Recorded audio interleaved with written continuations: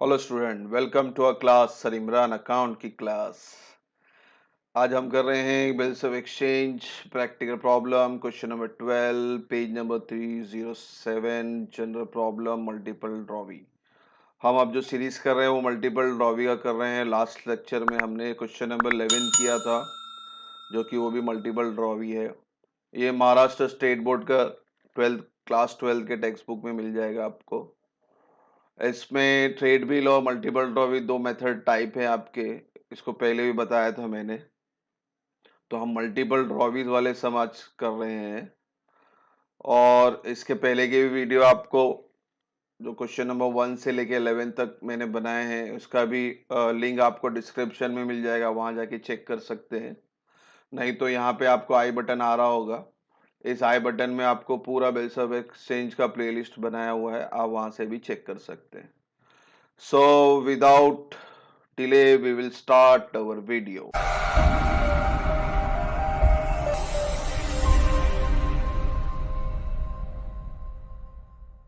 तो पहले हम देख लेते हैं हमारा क्वेश्चन नंबर 12 कर रहे हैं आज। इसमें मैंने फिर से बोल दूं, यहाँ पे जो मेन ओनर होता है वो एक ही रहेगा और ए बी सी डी में आपको ड्रॉवी जो है वो चेंज होते रहेगा। हाँ, जरूरी नहीं कि आप ड्रॉवी आवे, कभी कभी आप भी ड्रॉवी बन सकते हो, आप ड्रॉवर भी बन सकते हो, आप ड्रॉवी भी बन सकते हो। ये आपको क्वेश्चन पढ़ के समझ में आएगा। मगर ये है कि link A B C D का लिंक एक दूसरे से बिल्कुल अलग है। तो ए का बी से कोई रिलेशन नहीं, बी का सी से नहीं, सी का डी से नहीं। तो हर एक चीज अलग अलग है, आपको एक एंट्री पास करनी है और उसे भूल जाना है। तो पहले हम स्टार्ट करते हैं ए की एंट्री। यहाँ पे लिखा है Narendra retire his acceptance to Upendra by paying 4,000 in cash and endorsing a bill accepted by Ramlal for 5,000। तो नरेंद्र रिटायर हिज एक्सेप्टेंस, तो मैं हमेशा बोलता हूं जो एक्सेप्ट करता है वो ड्रॉ भी होता है। तो ये केस में नरेंद्र रिटायर हिज एक्सेप्टेंस कह रहा है और नरेंद्र तो हम है। मैंने बोला अभी पूरा एंट्री आपको नरेंद्र बन के करना है। तो एज ए नरेंद्र क्या हो रहा है, यहाँ पे नरेंद्र ने अपना एक्सेप्टेंस रिटायर कर रहा है। यहाँ पे आप अभी ड्रॉवी बन गए हो और उपेंद्र क्या बन गया है, ड्रॉवर। ठीक है। और यहाँ पे हम क्या कर रहे हैं, रिटायरमेंट कर रहे हैं। रिटायरमेंट यानी हम as a drawee as a customer बन के एंट्री पास करनी है। हम क्या कर रहे हैं, अपना बिल जो उपेंद्र को हमको पेमेंट करना था वो पेमेंट हम रिटायरमेंट के तौर पे कर रहे हैं, पहले जाके पेमेंट कर रहे हैं। तो पेमेंट के अंदर हम क्या कर रहे हैं, उसको 4,000 इन कैश लिख दे रहे हैं और एंड बोला है एंड एंडोसिंग अ बिल। अब यहाँ पे हम एंडोस कर रहे हैं, एक बिल एंडोस कर रहे हैं जो एक्सेप्टेड बाय रामलाल था और उसकी कीमत थी 5,000। तो देखिए यहाँ पे दो चीजें हो रही हैं। आप तो रिटायरमेंट कर रहे हो, आपको यानी उपेंद्र से आपने कुछ उधार लिया हुआ था अमाउंट, वो अमाउंट को आप जाके पेमेंट कर रहे हो। मगर यहाँ पे पेमेंट ना दो फॉर्म में हो रहा है, एक तो कैश फॉर्म में हो रहा है और एक 5,000 बिल फॉर्म में हो रहा है। उपेंद्र और आप में आप ड्रॉवी थे और ये बंदा ड्रॉवर था। मगर यहाँ पे एज ए दुकानदार आपके पास एक बिल रामलाल का भी पड़ा है, क्योंकि रामलाल और नरेंद्र का अगर रिलेशन लेंगे तो नरेंद्र बन जाएगा ड्रॉवर और रामलाल बन जाएगा ड्रॉवी। क्योंकि जैसे एग्जाम्पल लो, किराने वाले की बात कर लो। मैं अभी किराना वाला क्या करता है, माल कस्टमर को बेचता है, लोकल कस्टमर को। तो उसका एग्जाम्पल ले लो, रामलाल हमारा लोकल कस्टमर है, मैंने इसको माल बेचा था और इससे मैंने 5,000 का बिल ड्रॉन एक्सेप्ट करके अपने पास रखवा लिया था। अब मगर आप तो हो किराने वाले, तो आपके पास माल गेहूं चावल ये सब कहां से आएगा, तो आपको भी तो कहीं ना कहीं से खरीदना पड़ेगा। तो हम किराने वाले लोकल वाले हम लोग, तो हम क्या करते हैं, वाशी मार्केट जाके होलसेल में माल लेके आते हो। तो यह एग्जांपल ले लेते हैं उपेंद्र का। तो उपेंद्र को ना अपना वाशी मार्केट से हम इससे माल लेके आते हैं। तो यहां पे हम क्या कर रहे हैं, ये भाई साहब से हमने उधार पे माल लाया उपेंद्र से और माल बेचा लोकल लोग को, रामलाल को, एग्जाम्पल। तो यहां पे अब क्या हो रहा है, आपको उपेंद्र को पेमेंट करना है, तो आप क्या कर रहे हो, आपके पास फिलहाल 4,000 कैश है तो वो दे रहे हो, और 5,000 रुपया जो रामलाल का एक बिल पड़ा था वो भी दे रहे हो। भले कैश ले ले 4,000 और बाकी का ये बिल भी ले ले 5,000 रुपया। तो आप टोटल पेमेंट जो कर रहे हो 9,000 का पेमेंट करो। यानी एजम्पशन है कि उपेंद्र के को मुझे 5,000 का हमने उससे बिल ड्रॉन एक्सेप्ट करवा के लिया था। यानी मेरा बिल अब उपेंद्र के पास जो पड़ा है वो 9,000 का बनता है, क्योंकि 4,000 कैश में दिया और 5,000 का बिल हमने ट्रांसफर किया। तो इसका मतलब होता है कि मुझे 9,000 का मैंने बिल उपेंद्र के से साइन करवा के, उपेंद्र ने मुझसे साइन करवा के लिया था। तो और ये एज अ ड्रॉ भी बन के करना एंट्री। तो जब हम उसको पेमेंट करेंगे तो हम अपना बिल उपेंद्र से ले लेंगे, जो जिसे हम यहां पे कहेंगे बिल्स पेएबल अकाउंट डेबिट, क्योंकि बिल मेरे पास रिटर्न आ रहा है, एज ए ड्रॉ भी बन के हम एंट्री पास कर रहे हैं। तो बिल्स पेएबल मेरे पास वापस आ जाएगा। कितने का बिल्स पेएबल आएगा? 9,000 का। और उपेंद्र को हमने कैश दिया, क्रेडिट व्हाट गोज आउट, और उपेंद्र को हमने एक बिल भी दिया 5,000 का, तो बिल यहां पे 5,000 का जा रहा है। ठीक है, तो इसके अब जनरल एंट्री समझ लेते कुछ इस तरह। तो जनरल एंट्री में ए पार्ट लिखा है मैंने यहाँ पे, देखो यहाँ पे बिल्स पेएबल अकाउंट डेबिट 9,000, यानी मेरे पास बिल आ रहा है 9,000 का, क्योंकि ऐसे ड्रॉवी की एंट्री हम यहाँ पास कर रहे हैं। और मैंने उसको पेमेंट कितने का किया? 4,000 का कैश में, क्रेडिट व्हाट गोज आउट। और रामलाल का जो बिल हमारे पास पड़ा था बिल रिसीवेबल, वो भी हमने उसको किसको दे रहे हैं? उपेंद्र को दे रहे हैं। यानी टोटल हम उसको 9,000 का पेमेंट कर रहे हैं और हमारा 9,000 का बिल उसे रिटर्न ले ले रहे हैं। तो ये एंट्री एज ए ड्रॉ भी बन के हमें पास करनी है। ठीक है, अब हम चलते हैं बी की तरफ। बी क्या बोलता है? Vikram acceptance to Narendra. अब यहाँ पे विक्रम का एक्सेप्टेंस कहा जा रहा है, इसका मतलब है अब यहाँ पे विक्रम ड्रॉ भी है और आप ड्रॉवर है। ठीक है, और बिल 6,000 का था और वो क्या हो रहा है, यहाँ पे भी रिटायरमेंट हो रहा है, और रिटायरमेंट 1 महीना पहले किया गया है। और अगर रिटायरमेंट होता है तो रिबेट मिलता है, और यहाँ पे रिबेट यानी डिस्काउंट, और 12% का आपको डिस्काउंट देना है।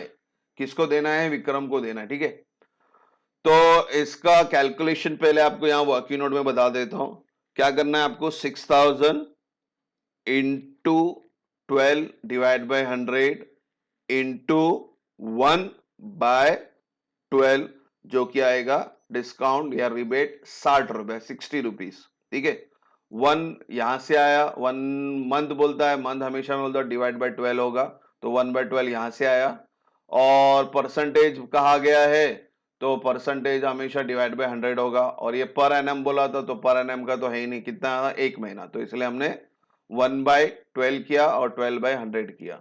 तो इस तरह से आपको रिबेट फिगर मिल गया 60 रुपया। तो 60 रुपया आपको 6,000 में से माइनस करके मिलने वाला है। ठीक है, तो पैसा आएगा आपको 5,940, और आपका जो डिस्काउंट है 60 रुपये आपका नुकसान है, और आपका जो पेमेंट था 6,000 का, बिल रिसीवेबल क्या हो रहा है, आपको रिटर्न करना है यहाँ पे, क्रेडिट व्हाट गोज आउट। ठीक है, तो आपकी यहाँ जनरेटिव देख लेते हैं B part. Cash bank account debit 5,940। देखो बच्चों, यहाँ पे मैंने कैश बैंक लिखा है क्योंकि यहाँ पे कहीं भी स्पेसिफिकेशन नहीं है कि पेमेंट किस में आ रहा, तो आप कैश बैंक लिखे। आपकी पहली एंट्री में देखो यहाँ में मैंने सिर्फ कैश लिखा है। क्यों कैश लिखा है? क्योंकि क्वेश्चन में उन्होंने सिर्फ कैश वर्ड ही दिया था, स्पेसिफिकेशन है तो उस तरह लिखे नहीं है, तो आप कैश बैंक लिखे। एनी हाउ, तो रिटायरमेंट में cash bank account debit, rebate account debit to bill receivable. Bill amount था 6,000 रुपया और रिबेट हमने निकाला 60 रुपया, तो 6,000 माइनस 60, तो 5,940 का आपको कैश मिल रहा है। तो ये आपकी बी एंट्री पूरी होती है। अब हम चलते हैं सी एंट्री की तरफ। सी में क्या कहता है? Dilip renew his acceptance to Narendra. हर समय पढ़े कि कौन क्या बन रहा है, कभी भी कोई कुछ बन जाता है, कभी ड्रॉवर कभी ड्रॉवी। तो हमेशा याद रखें एक्सेप्टेंस कौन कर रहा है, वो ड्रॉवी होगा। देखो पहले वाले में एक्सेप्टेंस हमने खुद किया तो हम ड्रॉवी थे, सेकेंड वाले में विक्रम ने एक्सेप्टेंस किया तो विक्रम ड्रॉवी।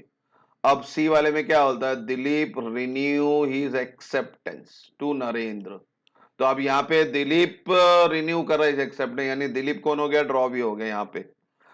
और बच्चों हमारा फेवरेट आ रहा है रिन्यू। रिन्यू की मैंने आपको बोली थी कितनी एंट्री? 4 एंट्री। ठीक है, old bill dishonour, part payment, new bill drawn accepted, interest, ये 4 एंट्री आती है। तो यहाँ पे भी वो चारों एंट्री आएगी। देख लेते हैं यहाँ पे। पहले बिल, ओल्ड बिल अमाउंट कितना है? 12,000। पार्ट पेमेंट कितना है 4000, कैश में लिखा है, आप सिर्फ कैश लिखेंगे, कैश बैंक नहीं लिखेंगे या बैंक नहीं लिखेंगे, सिर्फ कैश लिखना है आपको।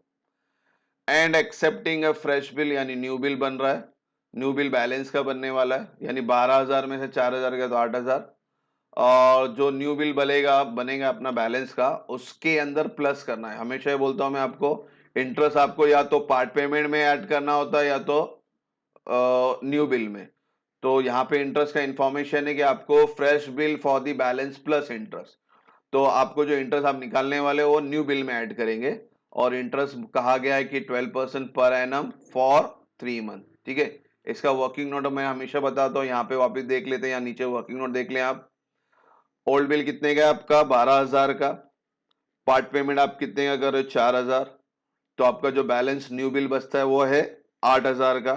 तो इस 8000 पे आपको इंटरेस्ट निकालना है 12% 3 महीने के लिए। 8000 पे इंटरेस्ट आएगा 12%, और कितना महीना, 3 महीना। तो नीचे यहां वर्किंग कैलकुलेट किया है मैंने इंटरेस्ट का, 8000 इंटू 12/100 इंटू 3/12। मंथ रहेगा तो डिवाइड बाय 12 करेंगे, परसेंटेज रहेगा तो डिवाइड बाय 100 करेंगे। तो आपका जो इंटरेस्ट फिगर आता है वो है 240 आपका इंटरेस्ट फिगर है। और ये इंटरेस्ट किधर ऐड करना है आपको, न्यू बिल में। तो आपका न्यू बिल बन जाएगा 8240। तो यहाँ पे आपकी 4 एंट्री पूरी हो गई है। अब जनरल एंट्री की तरफ चलते हैं और इसको डालते हैं C1। तो C1 में आप देखेंगे पहला में डिसऑनर वर्ड आता है, डिसऑनर हमेशा ड्रॉवी डेबिट। तो ड्रॉवी यहाँ पे कौन है, दिलीप। तो Dilip account debit bill receivable, कोई इंफॉर्मेशन नहीं है कि ये ट्रांसफर हुआ था नहीं हुआ था, तो हमें रिटेन अज्यूम करना है, और रिटेन में हमेशा बिल रिसीवेबल लिखते हैं हम लोग। Dilip account debit bill receivable account. आपकी सेकेंड एंट्री देख लेते हैं। यहाँ पे सेकेंड एंट्री मैंने बोला था इंटरेस्ट चार्ज, इंटरेस्ट दिलीप के लिए नुकसान, हमारे लिए फायदा। Dilip account debit to interest account 240 being interest charge on new bill, ठीक है। अब देखते हैं पार्ट पेमेंट की एंट्री। पार्ट पेमेंट मैंने वापस बोला कैश लिखना है, कैश बैंक नहीं लिखना है। तो पार्ट पेमेंट की entry, cash account debit to Dilip account, पैसा आ रहा है, डेबिट व्हाट कम्स इन, कौन दे रहा है आपको पैसा, दिलीप। तो दिलीप को हमने क्रेडिट कर दिया, being part payment received. Last entry थी हमारी new bill drawn and accepted की। तो C4 bill receivable account debit to Dilip account.